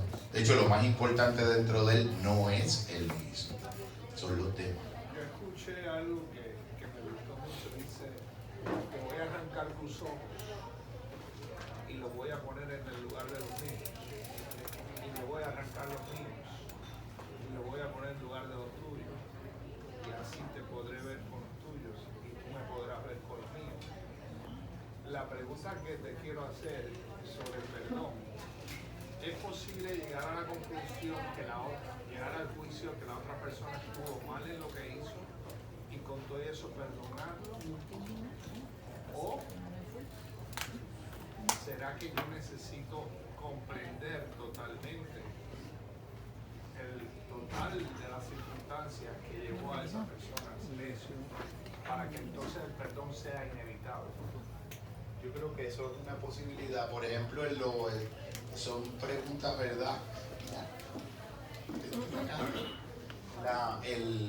Esa idea de que en los grupos de apoyo siempre se habla de que nuestros señalamientos observacionales son a los comportamientos de la persona, pero nunca a la persona misma, porque la presunción es que la persona sigue siendo prístina. Incluso cuando la persona no puede verse a sí misma así, yo puedo proyectivamente modelarle ese camino de regreso, viéndola como temporariamente ella no puede verse a sí misma. Sí, su comportamiento fue un aprendizaje. Exactamente. Yo, por ejemplo, lo digo de otra manera, que cuando bajo el cristal del auto y le voy a dar una peseta o $1 a la persona que pide, yo me cercioro por adelantado de no dárselo antes de yo convencidamente sentir que esa persona pudiera ser yo y yo pudiera ser esa persona, que él pudiera ser el que estuviera dentro del carro y yo el que estuviera fuera del cristal. Hasta que yo no pueda tener eso, no lo doy, porque lo estaría dando en una asimetría de pena, de presunción de superioridad sobre el otro. Si lo puedo ver más allá de eso, ahí se da lo que planteaba el compañero Evelio, esa simetría donde se puede despertar un encuentro humano. Y es algo geométricamente sorprendente, porque esa simetría se da en lo horizontal, pero entonces se manifiesta algo en lo vertical. Cuando yo veo al otro como algo tan valioso como yo mismo, cuando trasciende uno una cita que me decía Arturo Dávila, decía que un poeta antiguo romano decía que los seres humanos somos de tal manera que para nosotros las cosas pequeñas nuestras nos son grandes y las cosas grandes de los demás nos son pequeñas. Pues probablemente ese planteamiento sería un intento de encontrar las maneras de alcanzar una percepción que pueda transversar eso, atravesarlo. Cuando eso ocurre, probablemente tú sientas lo que tú estás planteando, que obviamente es teórico cuando no lo has existenciado, pero como quiera es bueno poderlo ver teóricamente, porque es una posibilidad de poder existenciarlo, que ni siquiera había nada que perdonar. Están utilizando el discernimiento. El discernimiento te da la capacidad de tú poder ver lo que esa persona te ha hecho, pero al mismo tiempo sigue el juicio, que es lo que plantea el curso de milagros. Pero puedes tener discernimiento y verlo, ¿verdad? Ya fuera del contenido, ya fuera de... luego, sin juicio. El juicio continuo, usted dice. Cuando estaba planteando que tal vez eso de ver lo que te hizo puede evitar el perdón, puede utilizar el discernimiento. O sea, tenemos el discernimiento porque somos seres humanos. Así que si queremos ese vínculo de lo divino y lo humano, poder tener el oneness, esa unión, ¿verdad? Tenemos que saber realmente cuando estamos usando el discernimiento, no autoengañarnos y saber cuando estamos perdonando realmente. Por eso siempre es bueno volver a las situaciones, porque a veces decimos, perdono pero no olvido, pero lo que realmente te dice es cuando tú puedes volver a esa situación donde tú sientes que te han herido y no sientes ninguna emoción negativa, no sientes realmente querer criticar o hacer un juicio. Cuando puedes ver la experiencia como un aprendizaje en tu vida, porque esa experiencia está enseñándote algo así. Y entonces ya ahí usaste el discernimiento, pero al mismo tiempo sabes que has perdonado. Yo pienso que es un proceso en el perdón, es una manera de recuperar la idea y el proceso de perdón del secuestro en el que lo puedan tener maneras religiosas y moralizantes de entender la idea del perdón. Porque lo primero es que el perdón es un acto supremo de libertad, que no es un mandato moral. Cuando una persona hace un planteamiento de tú tienes que perdonar, ya automáticamente erró el tino. Ya automáticamente estás en un terreno que no es a lo que nos estamos refiriendo cuando usamos la palabra perdón. Es un proceso de una naturaleza que es prácticamente de un impacto neurofisiológico, de un impacto inmunológico en cada una de las capas y de los sistemas del propio cuerpo biológico. No es el cumplimiento de un precepto del decálogo de Moisés. Es una decisión de trabajar con las adherencias emocionales de mis memorias históricas. Porque de algún modo, en el fenómeno de la memoria, y uno lo va viendo en lo clínico y lo va viendo de diferentes maneras. La memoria, lo que nosotros llamamos recordar algo, en un 90% es imaginarlo. Y un pequeño residual de un 10% es el factum, el dato objetivo de lo que realmente ocurrió. Todo eso está de algún modo entramado en la estructura narrativa del recuerdo. Y esa estructura narrativa del recuerdo está atravesada de resentimiento. Y yo creo que el perdón es como una especie de diálisis, como la que se da en nefrología, una diálisis de cada una de las memorias y de cada uno del presunto pasado, que yo creo que cuando lo recuerdo estoy haciendo como extender la mano, sacar un libro y buscar en la página 40 algo que cuando lo leo es el registro archivado de algo que sucedió como está registrado en el archivo. No es eso. ¿Será posible resentir sin sentir culpa? ¿Y será posible que el resentimiento viene de la culpa?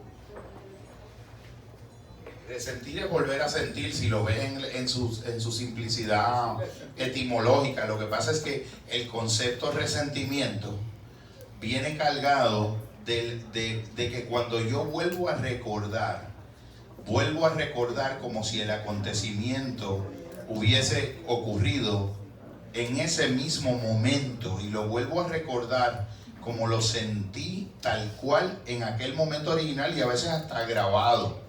Yo, por ejemplo, preguntaría a una persona, ¿cuánto dura una ofensa? Y le preguntaría, ¿y cuánto tú la haces durar en tu mente? Por eso te digo la culpa, o sea, si El 90% de eso es una responsabilidad propia, y ya el otro se fue. El otro te lastimó y ya no está ahí. Lo que está es la huella amnésica de tu construcción de lo que fue ese momento. O sea, en un 99.79 pudiéramos decir, es mismo con mismo. El perdón viene a hacer unas diferenciaciones al interior de mismo de lo que es la presunta recuerdo de lo que el otro me hizo. Yo lo vengo cargando, pero cada vez que yo recuerdo esa herida, lo que estoy es tomando la decisión de volverla a resentir. Eso es, el perdón es como ponerle un detente a ese giro y darse un regalo a uno mismo, que el otro lo puede recibir por extensión o elegir negárselo y perdérselo. la pregunta es si puedo escapar la culpa, si amar a la otra persona incondicionalmente sin resentir me tiene que hacer sentir culpable. Yo estoy sugiriendo que no puedo resentir a menos que no haya podido no superar mi culpa. La única forma de poder resentir, que es contrario al amor incondicional, es porque hay alguna culpa que no he resuelto.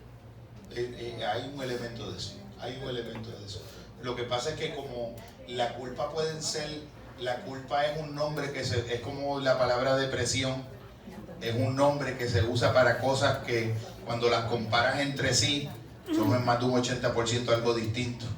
La culpa son muchas cosas y en un sentido puede ser la memoria autoevaluativa de una acción u otra omisión mía. Yo puedo sentir culpa de haber manejado mal el recuerdo de una ofensa que objetivamente tal vez tú me hiciste y hay un elemento de culpa.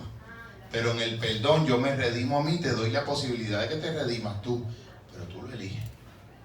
Tú lo eliges. Es radicalmente personal.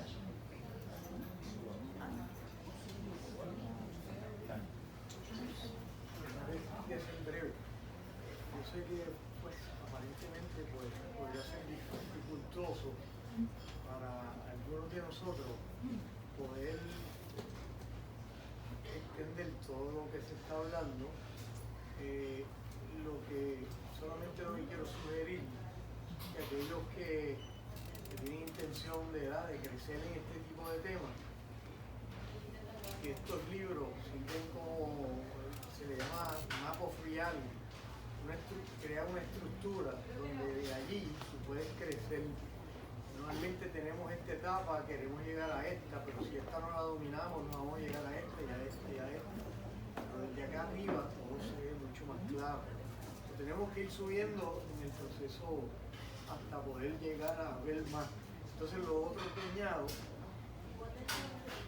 en un escrito que también yo tengo 127 páginas y no encuentro cómo terminar, que tenemos que de alguna manera entender que tenemos que llevar por periodos de tiempo lo que queremos aprender para que se haga una memoria. Y dentro de esa memoria, entonces ya lo tenemos agarrado y entonces es que podemos tal vez crecer o expandir para todas las dimensiones. Lo que pasa es que también hay muchas maneras de subir una montaña. Y cuando uno habla del Yunque siempre habla de subir por Río Grande, por los Jiménez. Pero puedes subir por la charca del Hippie, por Naguabo. O puedes ya estar en la montaña. Te doy un ejemplo. Mi abuela, que está aquí conmigo, tiene 103 años. Mi abuela Matilde tiene 103 años. Y mi abuela llegó directamente a la punta de la montaña sin ninguna de las complejidades que nosotros nos tenemos que plantear, porque primero creamos el problema en la mente y después nos tenemos que hacer complejos para generar la solución del propio problema que la propia mente creó. Mi abuela no tuvo eso. ¿Por qué? Yo tengo 48 años. Desde que tengo uso de razón, nunca un enojo le duró más de 5 minutos a mi abuela. Nunca le he escuchado hablando, menos contigo. Nunca le he escuchado hablar mal de nadie. Crió 8 hijos que no fueron sus hijos naturales, en adición a sus hijos naturales. Amó de un modo sapiencial. Es una maestra de sabiduría por la vía del amor, que no tuvo que pasar por todo lo que tal vez tuve que pasar yo, porque ya estaba enredado y de algún modo tenía que ir progresivamente autodesenredándome, pero no era porque esa era la manera en que se podía hacer el camino, porque el camino ya podía estar hecho. En el caso de mi abuela, ella lo pudo hacer con una oración breve, con una manera de la fe como la aprendió de sus padres y de sus abuelos, ya la tenía dada. A mí me ha tomado 30 años irme aproximando a donde ya ella estaba desde el principio. Pues probablemente, tal vez ella entienda estos ensayos sin necesidad de leerlos. En el caso de ella, no tiene que pasar por algunas experiencias que tenemos que pasar otros, que precisamente por lo involucionado que fue nuestro punto de partida, tuvimos que de algún modo sobreintelectualizar un poco progresivamente para desentumecernos y usar lo que decían los homeópatas, simila similabis curantur, lo similar curado por la vía de lo similar. Me pongo una inyección donde tengo la misma enfermedad para curarme la enfermedad. Pues ella no necesitaba la inyección porque de entrada no tenía la enfermedad. Es otra, son muchas maneras de estar en la punta de la montaña. No siempre el pensamiento y la faena del pensamiento es la que necesariamente te va a garantizar llegar allá. Porque probablemente otras personas se dan cuenta que ya estaban ahí y tan sencillamente que así. ¿Alguien quiere compartir? Claudia. Agradecida y aprendiendo siempre. ¿Y mi Italia? Que te admiramos. Mi padrino. Qué alegría, qué alegría. Miguel, ¿quieres decir compartir algo? ¿Ah? Tiene el mismo sentimiento de Gregorio, lo mismo. Y Alberto también, que lo vi por ahí. Compañera Leida, ¿algo que quieras compartir? Felicidades, Jorge, porque ¿verdad? Has podido toda tu experiencia, algo plasmar de ella, algo de ella en esa sabiduría, y estoy contenta por ti, por todo tu alegre de conocer a tu abuela de 103 años, qué privilegio. Y pues cada vez que se publica un libro, sobre todo de gente como tú, pues es una gran alegría y es un encuentro y una celebración. Y muchas gracias por invitarnos. ¿Y te acuerdas cuál fue la primera pregunta que me hiciste hace 27 años tú a mí?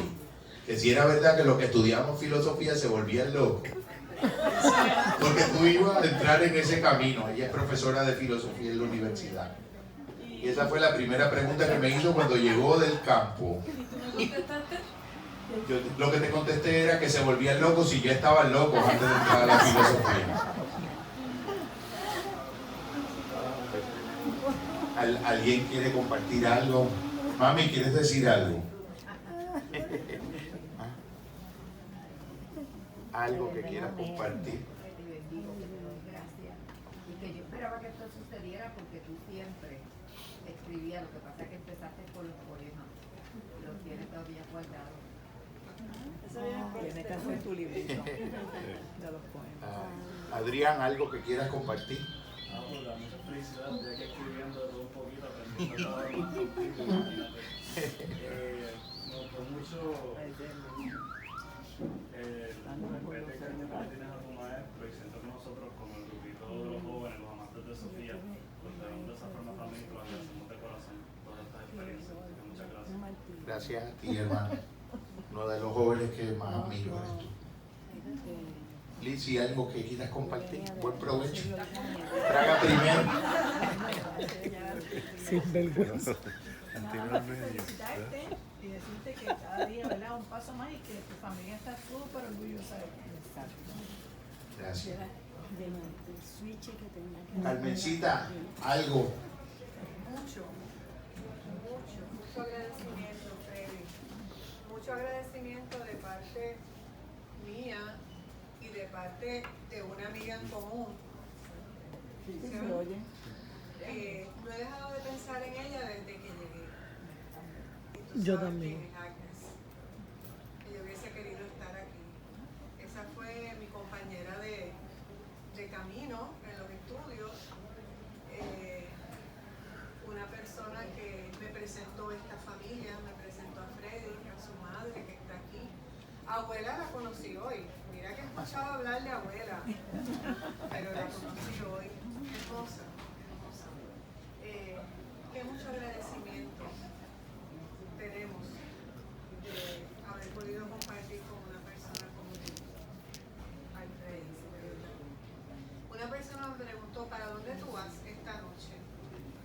Y yo le dije, voy a la presentación de un libro, pero tú vas a ir, yo voy a tapón. Y esto fue un lío llegar aquí.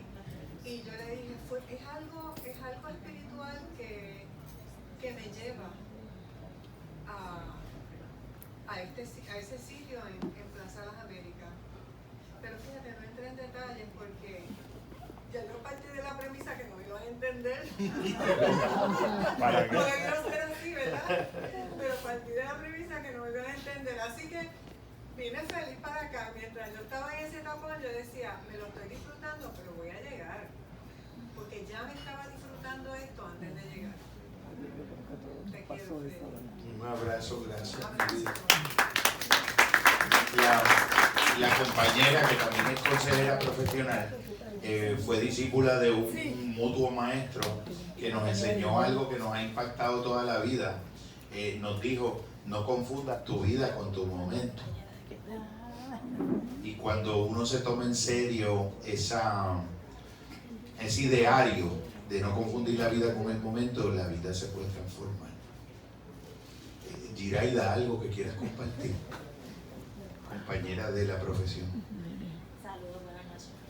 La realidad es que todo el sentir que yo tenía acerca de este momento lo pudimos tener un poquito más íntimo, ¿verdad? Lo celebramos y lo continuamos celebrando. Además está decirte que estoy mega orgullosa de que hayas logrado esto, porque cuando se trata de sueños, tú no los dejas ahí, los realizas. Y esa es una de las enseñanzas que yo he obtenido de él. Así que parte de mi proceso de crecimiento profesional y de crecimiento personal tiene mucho de lo que tú eres. Así que gracias a Dios que he tenido la oportunidad de estar cerca de ti y de adquirir lo bueno que hay en ti, mucho más allá de lo profesional, en lo que tiene que ver con lo espiritual y con la grandeza de espíritu que llevas contigo, que realmente es una gran responsabilidad, si lo vemos desde todas las perspectivas. Y estoy agradecida de poder ser parte de eso y de tener esos pedacitos de ti que me hacen crecer como ser humano y que me enseñan tanto. Que yo estoy aquí para seguir aprendiendo y gracias a Dios por todo lo que todavía tienes para dar. Porque yo sé que mucho de eso me pertenece a mí y lo que me pertenece a mí trasciende, ¿verdad? Porque trascienden las generaciones que van creciendo, pero también trascienden en las generaciones de las que venimos. Definitivo. Y agradezco por eso. Como una manera de honrar los antepasados, ¿entiendes? La abuela, la mamá y el hijo. La persona más joven que viene de algún modo a no se sabe qué. pero bien, compañeros ahí. ¿Alguien más que quiera compartirse? Bien, tú. ¿Quieres compartir algo? Yo pienso que nos sentimos acompañados de todo lo visible y lo invisible en este maravilloso momento. Silvia, ¿algo que quieras compartir? Yo vengo de San Lorenzo, que queríamos ver. Yo sí voy tapón. Gracias. Yo pienso que hemos librado la buena batalla y verdaderamente ha sido una jornada que es el comienzo de muchos otros horizontes y de muchos otros caminos que se van a desplegar para todos. Bendiciones y gracias.